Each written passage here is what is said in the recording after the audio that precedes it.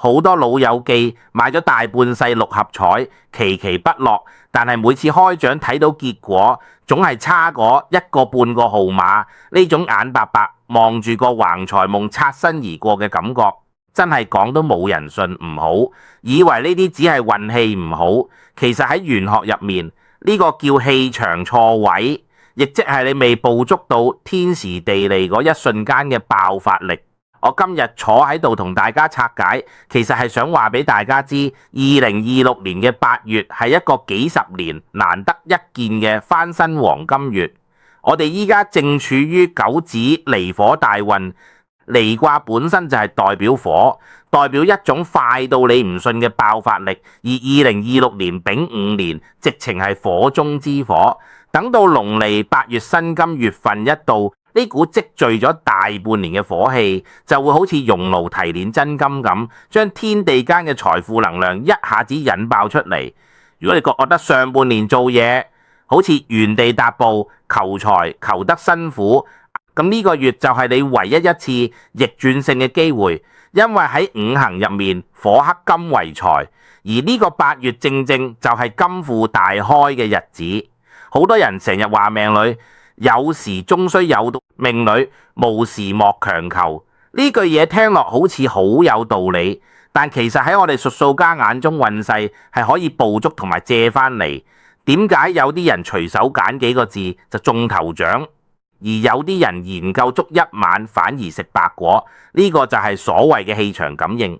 你要知道，偏財同正財係兩回事，正財要你勤力，偏財就要你識得順勢而為。到咗2026年8月，天地間嗰股火金交戰嘅勢頭會達到冇風。呢股能量，如果你識得點樣去引接你成個人嘅運程，就會發生翻天覆地嘅變化。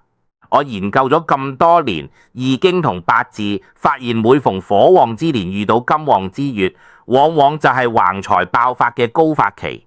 我依家先同大家重點拆解一下呢個8月到底邊幾個生肖係最受財神爺關照。首先一定要講嘅就係排喺榜首嘅屬馬嘅老友記。屬馬嘅人喺丙午火年本來就係當旺，火氣沖天，一到咗金旺嘅8月，簡直就係豬籠入水。呢種勢頭唔係普通嘅消財，而係一種天地感應。如果你屬馬，到時去買彩票，千祈唔好用腦去死計啲號碼，要信你嗰刻嘅直覺。我旺嘅人靈感特別強，有時候路上見到個車牌，或者無啦啦夢到一組數字，千祈唔好當係普通嘢。呢啲都係你潛意識同天地能量溝通嘅結果。屬馬嘅人喺呢個月入面，仲有三台星同金煙星照住，三台代表步步高升。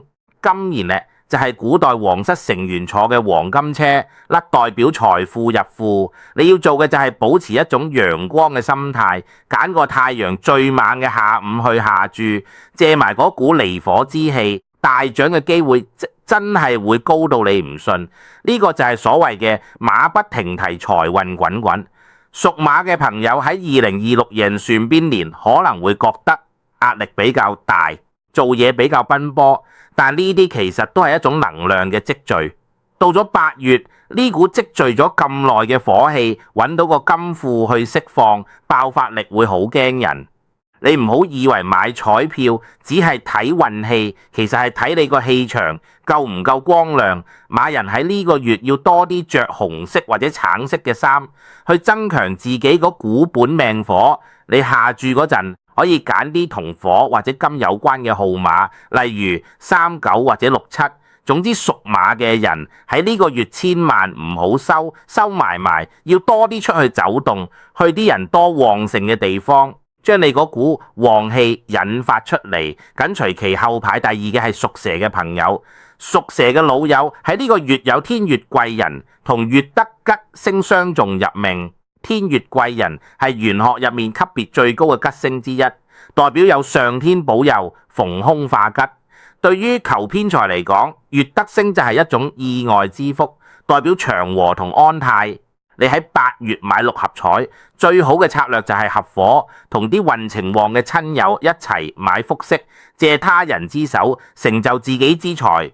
屬蛇嘅人性格比較冷靜，觀察力強，但有時候會諗得太多，容易猶豫不決。喺呢個黃金8月，你就要學識借力。有時候貴人就喺你身邊，可能係好耐冇見嘅舊同事，或者係平時同你傾得好埋嘅波友。如果佢哋開口話一齊搏下，你千萬唔好推辭，因為貴人帶財呢4個字喺屬蛇嘅人身上會體現得淋漓盡致。屬蛇嘅老友喺呢個月買彩票，仲要留意一個地道嘅講法，就係蛇遇辛金為合，呢個叫巳申相合合，就代表聚財，代表能量嘅凝聚。如果你覺得自己一個人嘅靈感唔夠，可以去揾個屬馬或者屬猴嘅老友傾下偈，大家喺愉快嘅交流入面，可能會無啦啦撞出一組靈感號碼。蛇人喺呢個月仲要記住一點，要低調，財不露眼。中咗獎之後唔好急住去炫耀，要保持平常心，咁先可以守得住呢股貴人帶嚟嘅財富。你可以拎出一部分獎金去做下善事，或者請身邊嘅貴人食飯，咁樣可以令你嘅財運形成一個良性回圈，令之後嘅運勢更加穩陣。排第3嘅就係屬猴嘅朋友，8月係龍龍新月，新猴見新月，本來就係加強咗自己嘅根基，再加上有金機影星入命，金機影其實就係古代嘅保險商。代表財帛有歸宿屬猴嘅人喺呢個月入面感應力會跌到懵風，你唔使買好大額，反而係啲細注買入最容易有意想不到嘅收穫格。屬猴嘅人天生聰明伶俐，對數字比較敏感，但缺點喺有時候坐唔定，容易心浮氣躁。喺呢個8月你要學識靜心，金機英星照臨嘅時候，你嘅財富庫係打開嘅，你要做嘅就係精準投放。你可能會喺行街嗰陣無啦啦覺得某間投注站好順眼，或者嗰一刻心血來潮想去買一注，呢啲就係氣場喺度引導你。如果你屬猴喺呢個8月買彩票之前，可以先去啲金氣重嘅地方走下，例如去金鋪轉個圈，或者身上帶少少金飾。辛金本身就係代表硬淨嘅財富，你同呢股能量對接咗之後，下注嗰陣個直覺會特別靈敏。屬猴嘅朋友仲要留意呢個月份，你會有好多靈光一閃嘅時刻，可能係半夢半醒之間諗到嘅數字，或者係報紙上面無啦啦吸引你眼球嘅數字，呢啲都係金機形星俾你嘅暗示，千萬唔好忽視呢啲看似偶然嘅細節，因為橫財往往就係藏喺呢啲細節入面。記住，買偏財最忌貪心同急躁，只要順住呢股靈感去做，金機形星自然會幫你開庫。講完生肖，我哋要講下操作層面嘅開運秘法。好多老友記覺得買彩票隨緣啦，邊有咁多講究啊？其實你諗下，點解同樣一組號碼，有啲人喺呢間投注站買就中，喺嗰間買就唔中呢？呢個就係方位嘅奧秘。到咗2026年8月，偏財星同800左護星會巡遊到屋企或者公司嘅西南同正南方。如果你想攞翻個意頭，最好拎個指南針出嚟睇下，揾間位於西南或者正南方向嘅投注站。呢兩個方位喺呢個月入面係聚財氣場最猛嘅地方。如果你平時係喺手機下單，都可以特登行去呢兩個方位，坐低靜心思考幾分鐘再下單。呢個方位嘅道理其實係同地球嘅磁場以及天星嘅運行有關。9子離火運入面，南方係火氣最旺嘅地方，而西南方係坤卦，代表土地同收藏，火生土，可以令財富能量變得穩固。所以你喺呢兩個方位去求財，實際上係順應咗天時地利。如果你屋企嘅正南或者西南方剛好有個投注站，咁你真係要恭喜自己，呢個就係送財送到門口。就算你唔係屬馬、屬蛇、屬猴，你只要識得運用方位去借運，你中獎嘅機會一樣會大大提升。我成日同人講，做人要識得變通，既然知道財星喺邊度，我哋就主動去迎合佢，咁樣先至係聰明人嘅做法。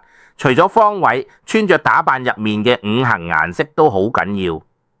2026年8月係火金交戰，我哋需要少少土嚟通關。紅色代表火，可以直接點燃你個偏財星，令你個氣場變得紅透半邊天。黃色屬土，起到一個橋樑作用，令火氣唔會過燥，可以將能量平穩咁轉化為金錢。白色就直接係金，代表財富本身。所以你下注嗰陣，身上帶少少呢類顏色嘅嘢，成個人嘅磁場都會變得光亮好多。你可以帶條紅中，或者着件黃色嘅襯衫，甚至拎個白色嘅手袋。呢啲看似微小嘅改動，其實係不斷暗示你嘅潛意識，你已經準備好去迎接財富。最忌就係着到黑沉沉或者暗灰色咁，去黑色屬水，水會克火。偏財星最怕見水黑，一被黑你個持槍就會暗淡無光，好容易就會將本來屬於你嘅好運擋咗喺門外。講到買彩票，好多老友記有個習慣，買完之後隨手就塞入褲袋，或者同啲雜物收據擺埋一齊。喺玄學上呢個做法係非常損財氣嘅。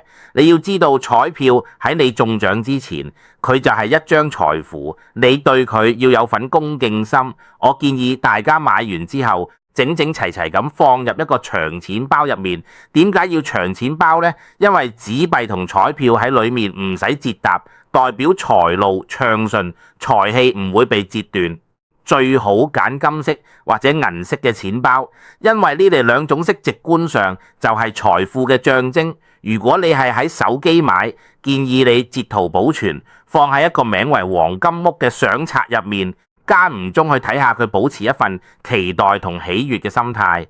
呢個動作喺術數入面叫壓財，意思係用你嘅意念去守住呢股財氣，等開獎嗰一刻能量一次過爆發。咁樣頭獎、二獎先會有機會撞中你。我仲想同大家分享一個非常重要嘅心得，就係關於心理磁場。大家買彩票嘅心態，往往決定咗結果。我見過好多人因為急住要錢去還債，或者生活壓力好大，期期都抱住一種一定要中嘅沉重心理。喺玄學上，呢種心態叫貧窮磁場。你越係急，你個氣場就越收縮。財神爺見到你都會避開，因為財富係一種流動嘅能量，佢喜歡喜悅同光亮。相反，如果你抱住一份玩下、支持下社會公益中咗就錦上添花嘅輕鬆心態，你個人嘅氣場係擴張嘅。呢種擴張嘅氣場先至可以吸納到天地間嗰股爆發性嘅橫財能量。所以下注之前先去深呼吸，令自己放鬆，記住財富係吸引翻嚟嘅，唔係死求翻嚟嘅。如果你真係想加強偏財運，我教你一個地道嘅開運法。喺8月去買彩票之前，你可以先去捐少少錢，或者喺街邊幫下啲老人家，積少成多。呢種發自內心嘅善念會形成一個強大嘅光環籠罩住你。當一個人充滿正能量同慈悲心嘅時候，佢個氣場係最容易同上天接通嘅。偏財星雖然帶有偶然性，但佢都有一個傾向，就係喜歡降臨喺嗰啲有福報嘅人身上。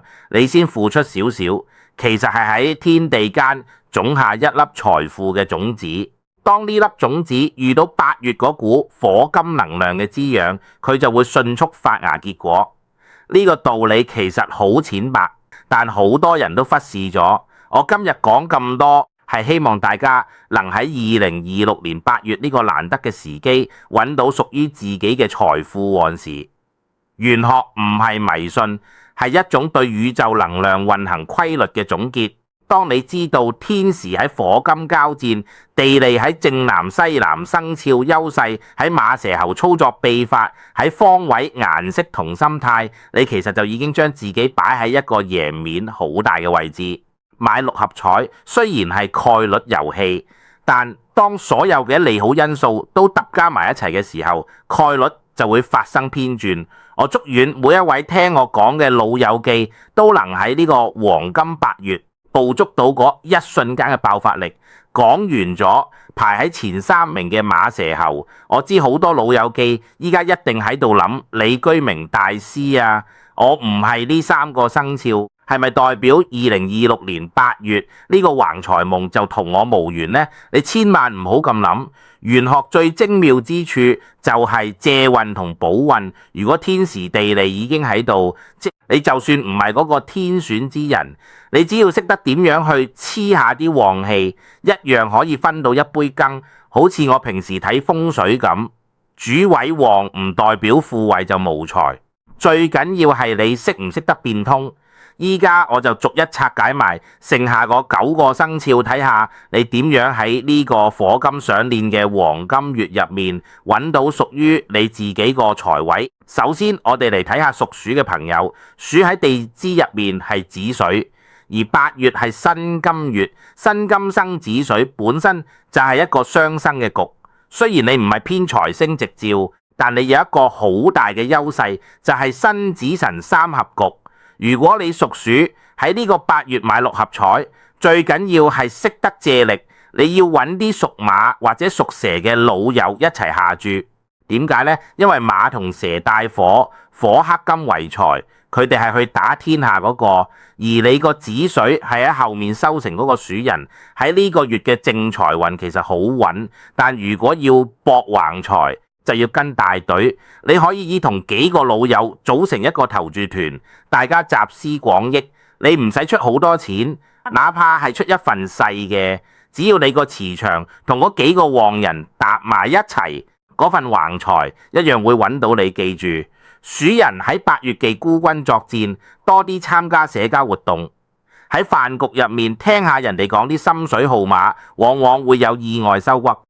再嚟講下屬牛嘅朋友，牛喺地支係丑土，8月係辛金月，土生金，代表你喺呢個月會為財奔波，付出多啲先有回報。不過有個好消息，2026年8月入面，由於火氣太旺，往往會沖開屬牛人個財富。丑土入面藏有金庫，一被火煉，一被金引，就好似個寶藏，無啦啦被人撞開咗咁。屬牛嘅老友平時做嘢腳踏實地，買彩票都比較保守，但係呢個8月你要信自己個直覺。如果有一日你無啦啦覺得某一組數字好順眼，或者去到某間投注站覺得成個人好舒服，嗰個就係財富打開嘅徵兆。你下注個日期可以揀龍攬8月初6呢日係土金雙生之日，對你求財特別有利。記住唔好猶豫，直覺一嚟就要果斷出手。至於屬虎嘅朋友，8月辛金克人木，壓力可能會大少少，但係你要知道玄學入面有個講法叫克者為財。雖然金克木，但由於2026年係丙午火年，火會克住啲金，變相係幫你減輕咗壓力。屬虎嘅人喺呢個月求財要用親情力。乜嘢叫親情力啊？就係用你屋企人個生日日期，或者對你有特別紀念意義嘅日子去組合號碼虎人。平時好硬淨，即中意自己話事，但喺買橫財呢件事上面，你要柔一少少。你可以試下叫屋企個小朋友或者後輩幫你畫幾個圈，或者問下老人家有冇乜嘢心水。呢種來自家族氣場嘅助力，會幫你化解辛金克木個戾氣，將佢轉化為財富。講到屬兔嘅朋友，8月辛金月對你嚟講係官星入命，官星代表名氣同地位，亦都代表一種約束力。兔人平時好溫柔，但喺呢個黃金8月，你個磁場會變得好感應。你最適合喺參加完啲喜慶聚會之後去買彩票。例如去飲完餐晚餐，或者參加完朋友個百日宴，趁住嗰股喜氣未散，順路去投注站買一兩注，喜氣可以沖淡官星個約束感，令你個偏財星活躍起身。你嘅開運色係淺綠色或者淺黃色，下注嗰陣帶條綠色嘅手勢，可以幫你個人木氣場同辛金月達成一個和啱嘅平衡。記住，心誠則靈，唔好強求。往往喺你最放鬆個時刻，好運就會不請自嚟。至於屬龍嘅老友，你同屬鼠嘅朋友一樣，都係申子辰三合局嘅受益者。龍係神土，係水庫，亦係濕土。喺呢個火旺個8月，你個濕土可以起到潤局個作用，令到個火金能量唔會過燥。龍人喺8月求財適合用小複式。點解要複式呢？因為龍嘅氣場好法理，即係買單式好難複。蓋到你嗰股能量，你可以揀7個或者8個號碼做個小複式，唔使好大投資，最緊要係增加中獎個覆蓋面。你下注個最佳位置係屋企個正西方，因為西位屬金，可以生旺你個三合局。龍人喺8月，仲要留意中秋節前後係你運勢最高峰個時間，千祈唔好錯過。再嚟睇下屬羊嘅朋友，羊係未土，未土係燥土，8月生金係燥土生金。屬羊嘅人喺呢個月人緣會特別好，桃花升大財。呢度講個桃花唔一定係男女之情，亦都代表一種人際關係嘅和諧。你喺買彩票之前，多啲同啲性格開朗、充滿正能量嘅朋友傾下偈。羊人好容易受人影響，如果你身邊啲朋友個個都話發達啦、好運啦，你個磁場都會跟着變好。你嘅靈感號碼往往藏喺交流入面，你可以試下將朋友講過嘅嗰啲幸運數字記錄低，再根據自己個感覺去組合。羊人喺8月忌去啲陰暗潮濕嘅地方，要多啲曬下太陽，增加陽氣，咁樣求財先至會順風順水。屬雞嘅老友就要留意啦，8月係酉金月，你本身就係酉金，兩個金種搭埋一齊，金氣旺到不得了。喺丙午火年，呢股金氣就好似被烈火提煉緊個精金。如果你屬雞，8月係你個大橫財月，你適合喺下午3點到5點呢段金旺嘅時間去下注。呢段時間係你個本命時辰，能量最強。雞人對細節好挑剔，買彩票嗰陣可能會研究好耐。我建議你唔好諗得太複雜，返璞歸真，揀幾組，你得最順手、最直觀個數字就得你嘅開運首飾係金銀器。去投注嗰陣帶隻金錶或者金戒指，可以幫你增強同新金月個感應。至於屬狗嘅朋友，戌草入面藏有火庫，8月辛金月，戌草辛金。屬狗嘅人平時好忠誠，好有毅力。買彩票都係期期守住嗰幾組號碼。喺2026年8月呢種守株待兔個策略其實係行得通嘅，因為火庫被引動，你守咗咁耐個號碼，好可能會喺呢個月突然間爆發。你唔使特意去改號碼，反而係要堅持立秋嗰日對你嚟講好關鍵。你可以去投注站將你守開過嗰幾組號碼重溫一次，或者加少少注。記住，九人求財忌變，一變就氣散，堅守到底往往先至係贏家。最後講下屬豬嘅朋友，豬係亥水，亥水印申金。屬豬嘅人喺8月有食神生財個象，食神代表口福、享受同福氣。你喺呢個月求財要講究一個享受過程。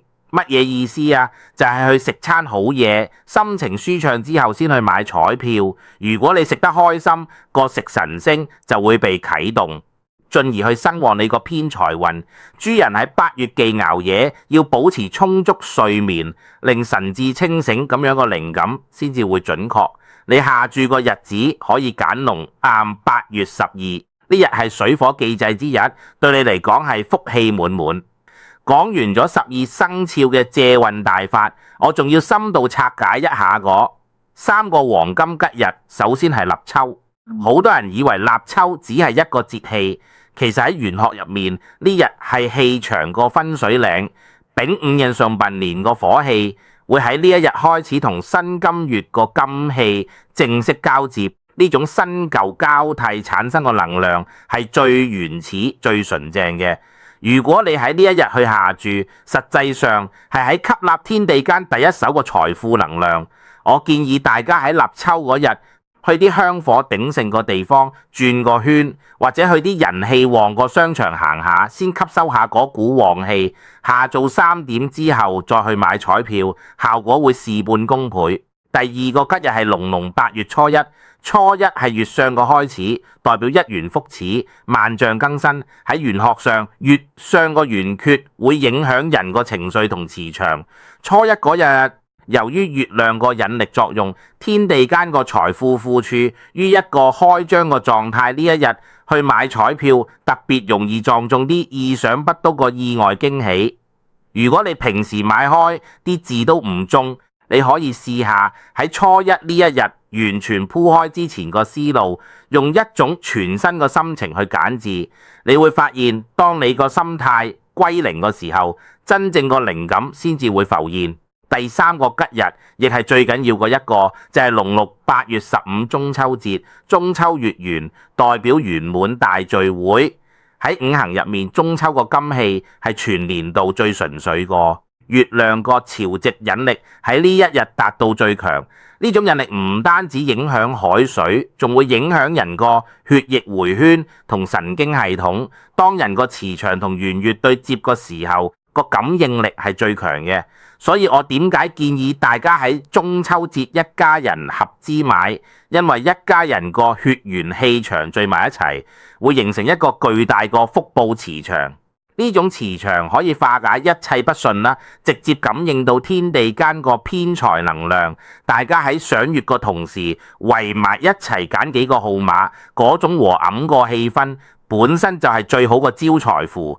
講到投注個時辰，我一定要再強調下，下午1點到5點呢段黃金時間未時，1點到3點屬土，土能生金，適合嗰啲求穩個老友。呢段時間下注個細獎或者保個本個機會好高。而申時3點到5點屬金，金氣最旺，最適合博大獎。如果你覺得自己嗰排運勢特別猛，或者直覺特別強，你可以揀申時去出手。呢段時間個磁場爆發力係全日之冠，大家可以根據自己個生肖同心態去揀合適個時間點。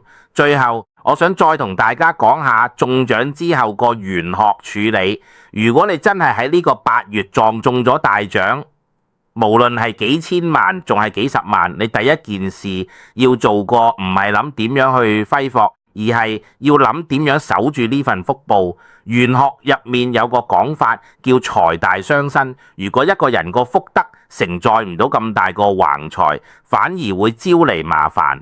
所以我建議中獎之後一定要買少少黃金，或者置辦一啲不動產。黃金屬金，可以穩固你個財家；不動產屬土，可以土生金，令你個財富源源不絕。同時一定要攞翻少少錢出嚟做善事，去回報社會。呢個叫散財聚福，通過散去一小部分財去聚住更大個福氣，咁樣你個橫財先至會變成真正個長久之財。買六合彩其實係一場人同天個對話，你個生肖係你個根基，方位同顏色係你個裝備，時間係你個機遇，而心態就係你個靈魂。2026年8月呢個黃金月係上天俾每一個老友記個機會。我今日講咁多係想大家能喺呢個火金上鏈個大局入面揾到屬於你自己個頻道。玄學個精髓就係順勢而為，唔好逆天而行，保持一份恭敬心，保持一份平常心，好運自然會揾到你。好啦，講到呢度，我相信大家都已經心領神會。希望各位老友記喺2026年8月個個都豬籠入水，橫財就手，記住唔好俾差念遮住咗你個雙眼，要用心去感應呢股天地財富個流動。如果你覺得我今日講個嘢對你有啟發，記得要讚好同分享俾你身邊個老友。玄學個福氣係需要傳播嘅，你分享得越多，你個福報就越大。我哋一齊期待2026年8月個橫財奇蹟。希望下次再見嘅時候，你已經係嗰個被財神爺眷顧個幸運兒。大家加油，我哋下次再見。